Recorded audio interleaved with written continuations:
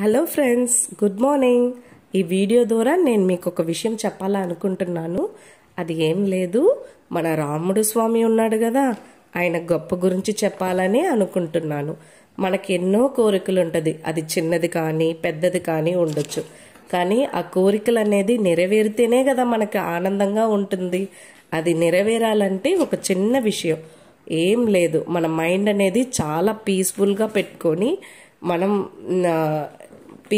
పెట్టుకొని మనం ఏం చేయాలి, దేవుడి రూమ్కి వెళ్ళి ఒక చిన్న నోట్బుక్ తీసుకొని శ్రీరామ జయం అని చెప్పి స్వామి రాముణ్ణి అనుకొని శ్రీరామ జయం శ్రీరామ జయం అని మనం రోజుకు ఎంతైనా సరే 1 పేజ్ కానీ 2 పేజ్ కానీ ఎంతైనా మనం రాసుకోవచ్చు. మనం ఏం కోరుకున్నా కానీ ఆ గొప్ప స్వామి మనకిచ్చేస్తాడన్నమాట.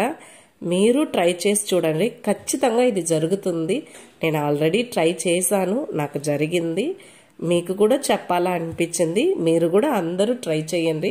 మనస్ఫూర్తిగా కోరుకొని ఏ ఒక గురించి ఆలోచించకుండా స్వామినే కోరుకుంటూ ఆయన నామాల్ని మీరు రాయాలి.